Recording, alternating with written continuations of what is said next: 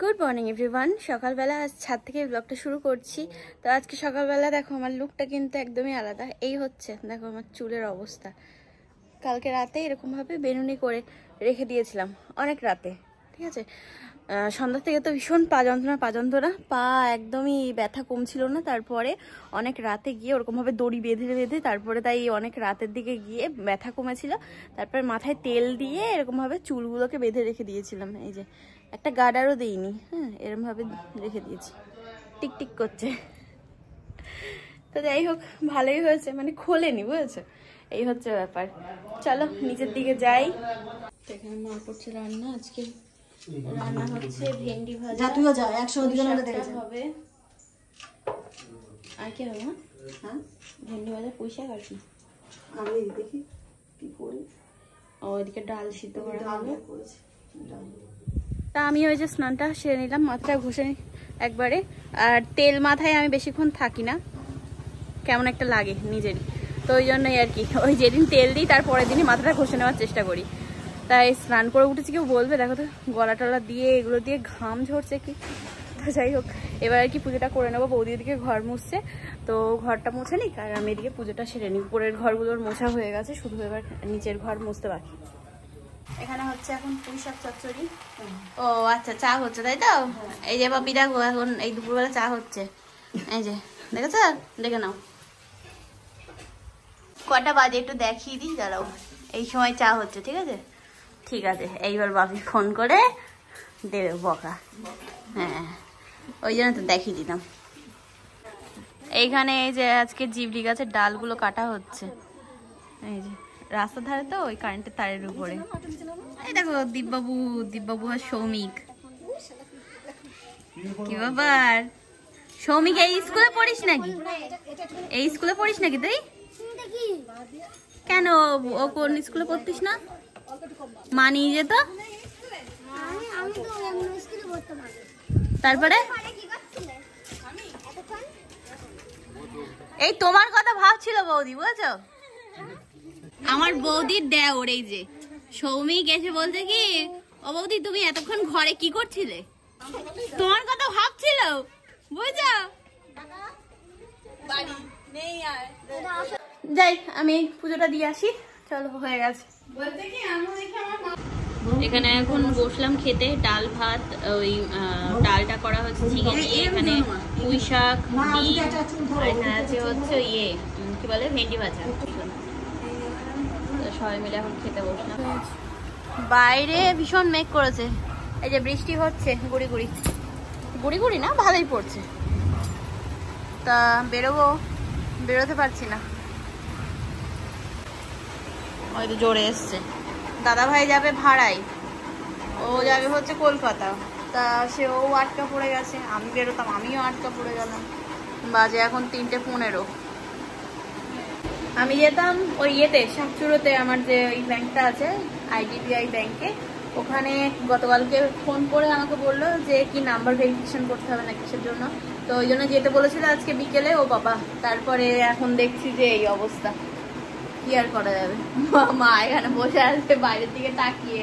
আমি আর বাবাকে বলে রেখেছি যে দাদা ভাই যাবে আমার সাথে, ওইখান থেকে ওই ঘুরতলা ওখান থেকে গাড়ি করবে, আর আমি একবার কাকুর গাড়ি মানে টোটোতে করে চলে যাবো, আবার কাজ মিটিয়ে কাকুর টোটোতেই চলে আসবো। তা এখন এই অবস্থা, বেরোবো কি করে বলো। তা বাইরে সন্ধ্যা লেগে গেছে, মা সন্ধ্যাও দিয়ে দিল। আর এই যে বাপি বাড়ি এসছে, এখন কথা বলছে কাকে ওই ইয়েতে গাড়ি দিয়ে এসছে, মানে বাপি কথা বলতে বলুন। এখানে বাপি বললো চা বসাতে, তো চা বসালাম। বাপির মার বলদির জন্য, সবার জন্য। বাপি আসার সময় আবার মিষ্টি নিয়ে এসছে, মিষ্টি ফল এগুলো সব, দুধ নিয়ে এসছে। এখানে কি মিষ্টি, এটা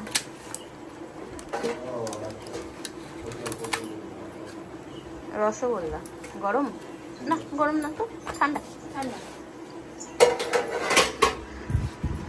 আর এখানে আছে হচ্ছে আনারস, 3:10, এই 3:10 বলছি, সরি 3:100। আর এখানে এই লেবু। এই যে কি ব্যাপার আপনাদের?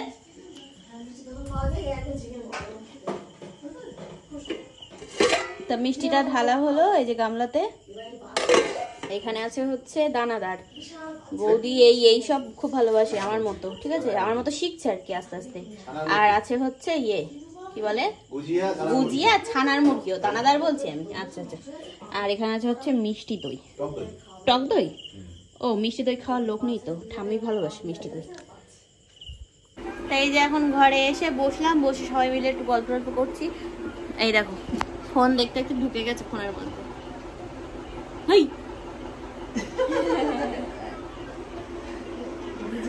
ও ফোনের মধ্যে ঢুকে এরম ভাবে ফোন দেখছে, খুশ নেই না? হ্যাঁ ওই বলে না মন দিয়ে ফোন দেখি, সেই অবস্থা হয়েছে ওর। দাদা ভাই তখনই বেরিয়েছিল ওই বৃষ্টির মধ্যে, তো ও পৌঁছেছে মনে হয়, ও চলে আসবে আবার। ওই একজনকে আর কি করতে গেছে, আনতে গেছে গাড়ি নিয়ে, তো আবার চলে আসবে। কিটি এখানে বদমাইশি করছে, দেখো দেখো দেখো, দুষ্টু কিটি। আয় আয় আয়, শোন শোন, কি করছিস তুই? এই কি করছিস তুই? ম্যাও ম্যাও করছিস? ওরে বাবা, হ্যাঁ বদমাইশ। ওইয়া দৌড়ালো। তা আমি এখানে বসে শুয়ে এখন ওই ভিডিও এডিট করছি, একটা আর কি প্রমোশনের ভিডিও, ওটা এডিট করে শুট করা হয়ে গেছে, এডিট করে আর কি ওনাকে দিতে হবে, তো সেই কাজটাই করছি। আর ওদিকে আমাদের রান্না বান্না চলছে রাতের এখন। আজকে ভিডিওটা সেরকম বড় হয়নি, ওই যা হয়েছে। তা এখন চলে এসেছি উপরের ঘরে, এখানে বসে বসে একটু হাতে নেল পলিশ করছিলাম। তো এরই মধ্যে দাদা আবার ফোন করলো, মানে সুদীপ্তদা ফোন করে বলল যে এমার্জেন্সি কাজ পড়ে গেছে, আগামীকাল সকাল সকাল আমাদেরকে বেরোতে হবে। তো ওই জন্যই আর কি ভাবলাম যে তাহলে ঠিক আছে, বেরোতে হবে যখন, তাহলে ওই একবারে আমি কি করি বলতো, কোথাও যাওয়ার হলে তার আগের দিন জামা টামাও বের করে রেখে দিই, এমনকি যে দরকারি কাগজপত্র সেগুলো এক জায়গায় করে গুছিয়ে রাখি। তারপরে আরেকটা কাজ আছে, সেটা হচ্ছে আমার এই ভিডিওটা এডিট করে দেন আমাকে আপলোড করে শিডিউল করে রেখে দিতে হবে, কারণ বাইরে গেলে নেটের প্রবলেম হয় এখানে ওখানে, তো ওর জন্য বাড়িতেই যা আর কি করার সব করে তারপরে তাই বেরোতে হবে। আজকে তাহলে আর ঘুম হবে না, হবে না তাই কি হয়েছে, দুপুরে তো ঘুম দিয়ে নিয়েছি আবার কি। চলো নিচের দিকে যাই, গিয়ে খাওয়া দাওয়াটা সেরে নিয়ে তারপরে তাই আর কাজগুলো করতে হবে। তাই যে মা, তারপরে বৌদি নিচে, অনেকদিন বাদে বিয়ানের সাথে গল্প হচ্ছে। আচ্ছা হোক, গল্প হোক। আর কি রান্না হয়েছে এখন? শাখা পয়সা করবা? হঠাৎ করে তো কি কাজে, এমার্জেন্সি কাজে। এখানে আছে হচ্ছে তরকারি, আলুর তরকারি, আলু আর পটলের তরকারি। আচ্ছা, আর এখানে আছে হচ্ছে রুটি। তাই এখানে নিয়ে নিয়েছি এখন রাতের খাবার, রুটি, পেঁয়াজ, এই হচ্ছে পুঁই শাক, আর এখানে হচ্ছে আলু চচ্চড়ি, ঠিক আছে। এখানে সবাই এখন খেতে বসলাম আমরা, বাপি উপরে বসেছে। তা খাওয়া দাওয়ার পরে এই ঘরে চলে আসলাম। ওই যে বৌদি একেবারে আজকে আর কাঁথা নেয়নি, আজকেও বেড কভার নিয়েছে, ফ্যান চালিয়েছি। দুপুরবেলা বৃষ্টি হওয়ার পরে একটু আর কি ঠান্ডা ঠান্ডা ওয়েদার হয়েছে, এখন আবার মেঘ গুরুম গুরুম করছে, মনে হচ্ছে যে আসবে ঝমঝমিয়ে। তা যাই হোক, আজকে দাদা ভাই বলছিলাম যে দাদা ভাই যে ভাড়াটায় গেছিল, তো রাত হয়ে গেছে বলে ও আর আসলো না। আজকে আর কি পাহারা দেওয়ার দায়িত্ব বৌদিকে আমার, তো এর আগের দিন যেমন পাহারা দিয়েছিলাম সেরকমই, ঠিক আছে।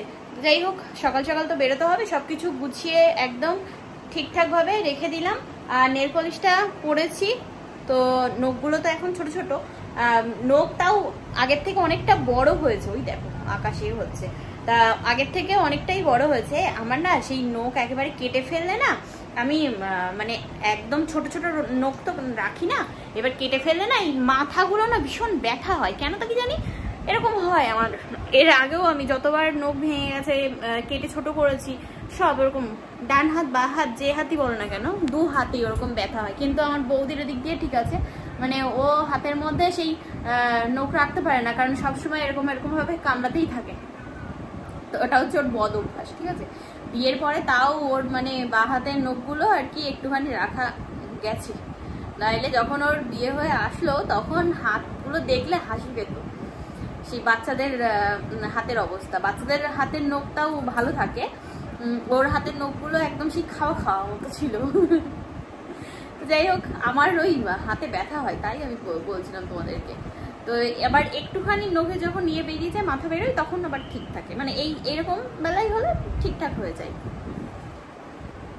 তো নাও আমি একটু ভিডিওটা এডিটিং করে নিই, ঠিক আছে, তারপরে কথা বলছি।